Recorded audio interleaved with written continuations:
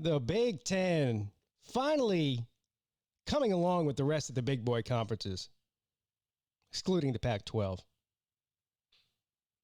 The Big Ten has finally voted unanimously to continue fall college football. They're trying to get in on the season. They're doing everything they possibly can to backtrack. If the Olympics were next week, they'd be in first place betting odds to win the gold medal in the backstroke. Now, I'm happy about this. I'm happy the Big Ten's playing football this year. So, tentatively, what they're planning to do is start the season on October 24th. So, still another 6 weeks away from now. 5 weeks away from this coming Saturday, I guess. And then play an 8-game season all in conference with 0 byes, 8 weeks straight. And then they will play a championship game on December the 19th. Now, oddly enough and conveniently enough, the College Football Playoff Committee is selected or planning on selecting December 20th. The Final Four for the playoffs. So they'll be playing their championship games literally a day before the selections are made. So technically, they can still be put into the playoffs, which I don't have a problem with if they're able to pull that off. Now, that's not really the story. I mean, that is the story. The story is that the Big Ten's playing. That's all anybody cares about. The story here is the press conference that went on this morning with a bunch of different athletic directors in the Big Ten, including Kevin Warren, the commissioner of the Big Ten, Barry Alvarez, the athletic director at Wisconsin. So they had a doctor there from Ohio State. So a bunch of the big wigs from the Big Ten, whether they're athletic directors, presidents, commissioner, the whole 9 yards. What I found to be interesting and pitiful, quite honestly, about this press conference was the dodging of the question about canceling fall football just over a month ago. It wasn't that long ago, folks, maybe 5 weeks ago, that the Big Ten shut down fall football and said, we'll reevaluate and maybe play in January or February. Maybe. They canceled the season in the fall. Let's call it what it is. They want to use these words like we postponed the season. No, you canceled the season. You told us it wasn't safe for the players or the coaches or anybody involved to play football in the fall. What happened was, what you expected to happen was that the Big Ten would bow out and every other conference would fall in line and fall like dominoes because God knows there can't be a football season without the Big Ten. And the Pac-12 fell in line with you. But the other 3 conferences in the Power 5 stood strong, and also 3 of the conferences in the Group of 5 held strong. So 6 out of the 10 major conferences of football, which is more than half for all of you mathematicians out there, decided they were going to play, and they were getting the same sort of medical advice. So the dodging of questions today about why they jumped the gun so quickly, instead of just saying, hey, what we're going to do is just move the season back to October and we'll reevaluate at a later date, which would have been the responsible thing to do. They just said we're shutting it down. Meanwhile, 3 days before that, they put out a schedule. So they put out a schedule. 3 days later, they shut down the season.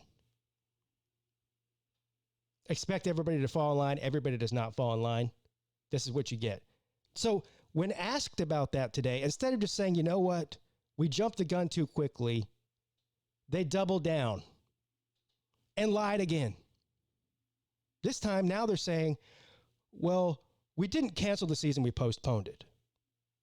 Well, this is just a bunch of double talk. Because they canceled the fall season, which would have left them out of the playoff. They canceled the meaningful season. A spring season is not meaningful.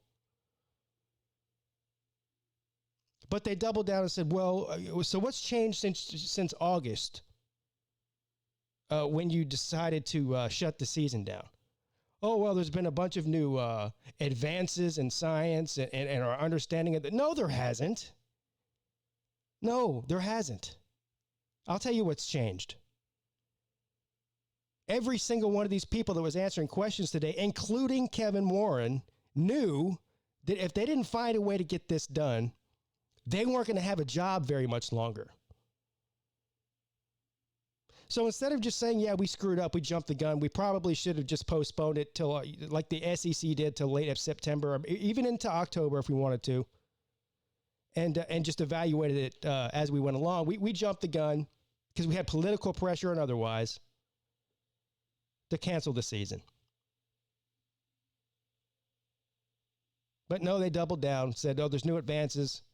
No, there's been nothing learned about this virus over the past 5 weeks that they didn't know 5 weeks ago, as far as football is concerned. Nothing. And to make it worse, and even more embarrassing, they say, well, the reason we did it was for the health and safety of the players. Meanwhile, now what they're doing is playing 8 straight games without a bye week, extremely raising the risk of injury for players. Then they're going to play a championship game, and then there's going to be maybe a 2-week layoff before they start the playoffs. So if you're in Ohio State and you have aspirations of making the playoffs and possibly a national championship, which I'm sure that they do, I know that they do, once you start playing football October 24th, you have basically no time off until the national championship game is played and or won or lost. None. I mean, you got a couple weeks off at Christmas, maybe a week and a half. Meanwhile, the ACC is going into their second game of the year this week. The Big 12, same thing. AAC, same thing. Conference USA, same thing. And there doesn't seem to be that much of a problem with doing so. So this is an embarrassment. This is embarrassing. Yeah, there is one interesting thing that comes out of this. And again, I'm happy that the Big Ten's playing this year. I've been on their side to rooting for them. I want them to play. And I want them to be included in the playoff talks too. I want that to happen. I'm a selfish college football fan. I want to see Ohio State play. I want to see Penn State play. I want to see Michigan play. I want to see Wisconsin play. I want to see Iowa play. So what they're doing on this championship weekend is pretty interesting. So Barry Alvarez, the athletic director at Wisconsin, is actually like in charge of the scheduling in the Big Ten for some reason. He's like the head of some sort of committee as far as scheduling goes. And what they decided to do was every team in the Big Ten is playing championship weekend. It's not just the two best teams. It's not just the top team from the East versus the top 10 in the West, or top team in the West. What they're doing is they're taking the top team in the East and pairing them up against the top 10 in the West. Number 2 seed in the East against number 2 seed in the West. Number 3 seed in the East against number 3 seed in the West, and so on and so forth. Every team in the Big Ten is playing on championship weekend. Now, why would they do that? If you're asking yourself why they would do that, is because it increases the chances of them getting into the playoff. And you say, well, why would that be, Pete? Well, if you remember correctly, Ohio State has made it into the playoffs as the number 2 seed in the Big Ten before. They lost the Big Ten championship, still made it into the playoffs. So conceivably, if you have a team that loses at the Big Ten championship weekend, and their only loss is to the number 1 seed in the conference, they could be considered for the playoffs. So it helps. It helps a little bit. It helps a little bit as far as their playoff talks are concerned. Also gives them more football, or gives us more football, which I'm all for. It'll be an interesting weekend. We've never seen anything like that before. Of course, we've never seen anything like any of this year before. But anyway, my takeaways from today is, number 1, I'm happy that the Big Ten's playing. Number 2, I think they embarrassed themselves even further instead of just admitting that they were wrong. Nobody's perfect. People will respect you a lot more if you just admit you're wrong about something. No matter how high your position is in a certain organization, in this case, the Big Ten.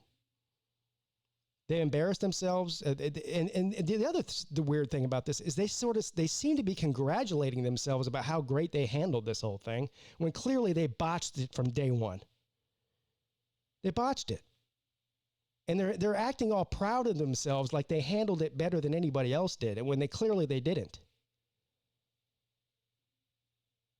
So, anyway, welcome back, Big Ten.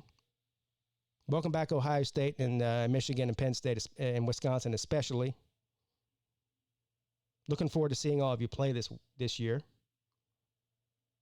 And, it sucks that we have to wait another 5 weeks to see you play, but I guess better late than never. All right, guys. See you tonight at 10 o'clock. Big Skin Pete's checking out.